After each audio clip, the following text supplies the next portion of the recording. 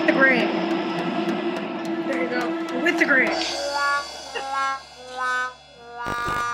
Okay, today we're going to talk about staining timbers. And with me today is Michaela, staining expert. Staining is an exciting part of the timber frame process. We've talked to you, we've looked at your pictures, we've figured out exactly what you want for your look and feel. And a big part of that is the color, how it's going to work in harmony with everything else you have going on. And you may change colors as it's going. More information comes in as you move through the process, and that just is part of how it rolls, okay? Yeah, I'm going to digress here. In your company, in the company where you work, what's the culture like? Hopefully the culture is such a culture that we have here. I went to go help on Friday, and Monday morning I was the point of discussion in the safety meeting and the progress meeting because I had screwed up the stain. And Michaela and Greg came over, Bert. So that was good. And Michaela's gonna show how to not do the stain like me, how to do it right.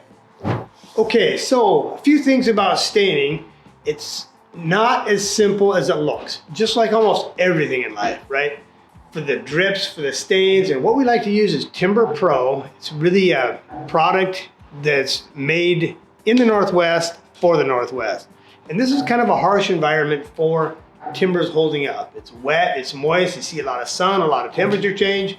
So it's important to get the stains on correctly. And one piece is to always brush. You gotta brush so it gets into the fibers. Just spraying doesn't cut it, just rolling doesn't cut it. You gotta brush it. The Cadillac way to stain is with a brush only because you know everything is brushed. All right, so that's one thing. The other point is people think it's simple, gotta save some money, we'll stain it ourselves. Let's talk about that. I can't count the many times that people have said, okay, we're gonna stain it ourselves. The timbers arrive on site, and it's like, oh, you want me to roll these around? Let's see, let's rethink this. And so the best way to do it is to have one coat put on in the shop. That way the tenons and all the mortises, all the joints have a coat. And then any shrinkage, you won't get little white lines where things have shrunken and you don't have stain there. And then you only got to get 2 more coats on for the magic number to really have a good product for 3 to 5 years. And then the other point of staining is anything that's in the sun or the rain, you can just hit that once a year. This product, you don't have to scrub it off. You don't have to have this toxic removal. It's not toxic to handle. And it's just a simple add a coat on every year. We've got clients that do that, and the product looks great all the time. One important thing you do before you start staining your piece is make sure your piece is all the way prepped, and make sure you're applying your stain with the stain brush with the grain. Second thing is always keep an eye out for runs, double check your pieces. So we're gonna go use an example piece of stain. It's an exciting part of the final touches of how timbers are going to influence your space and work in harmony with everything else you have going on for the look and feel you want for your home.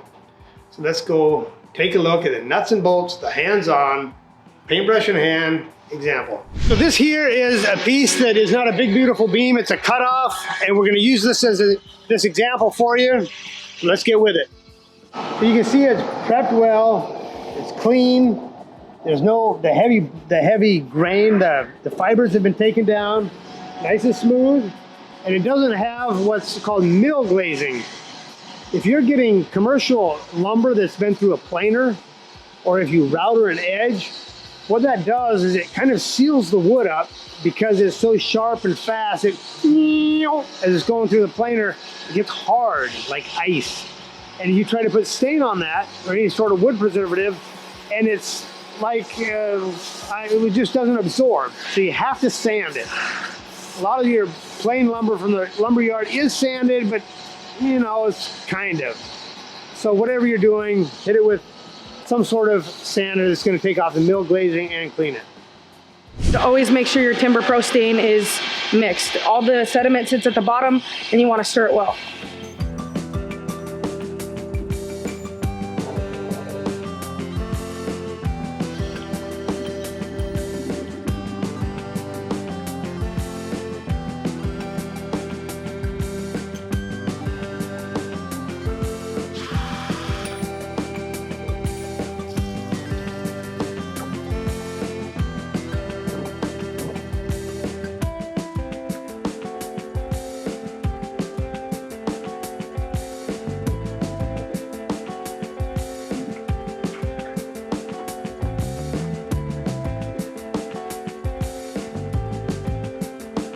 Okay, these stain brushes are called the Wood Stir brushes. They are the best brushes that I've found to apply your Timber Pro stain.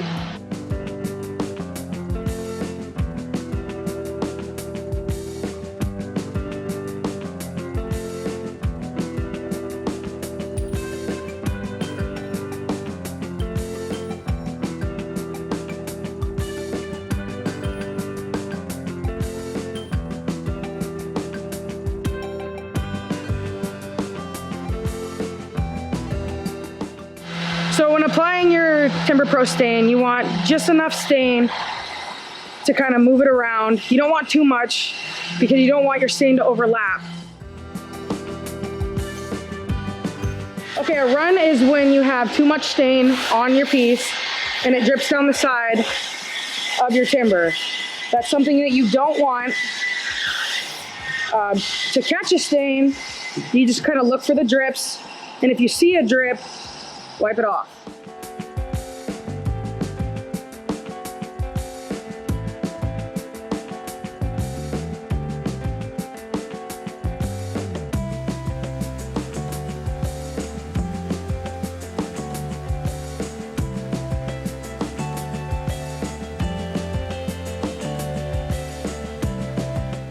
The extra stain that you have left over in your bucket, just take and put back in your Timber Pro bucket, but make sure it is all the way sealed.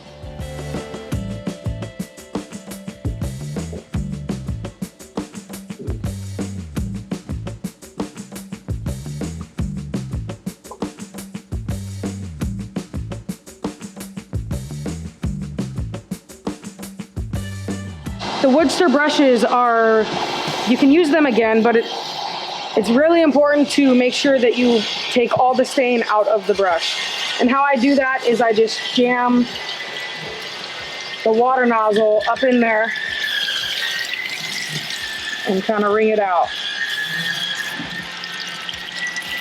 And you know when the stain is out, when you're not getting any stain down here. When it's just water and no stain, that's how you know that the brush is clean.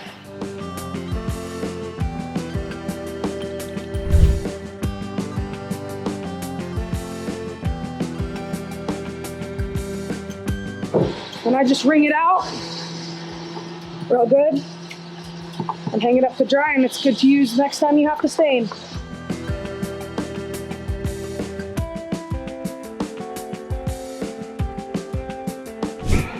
I enjoy brushing and staining. It's very important to pay attention to detail when staining.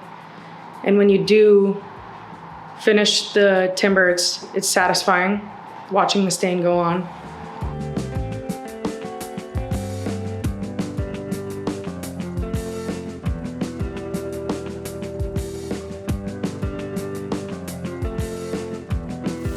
Bert mentioned that a lot of people get the bright idea to stain their own timbers. And I was one of those people. I had a couple posts and a couple beams to work with. Tried it myself, and I was amazed how difficult it is actually to do it right. So I've got a lot of appreciation for Michaela and what she does and what everyone on the Aero Timber team does, because this guy, no good. Hit the like and subscribe button if you like timber framing.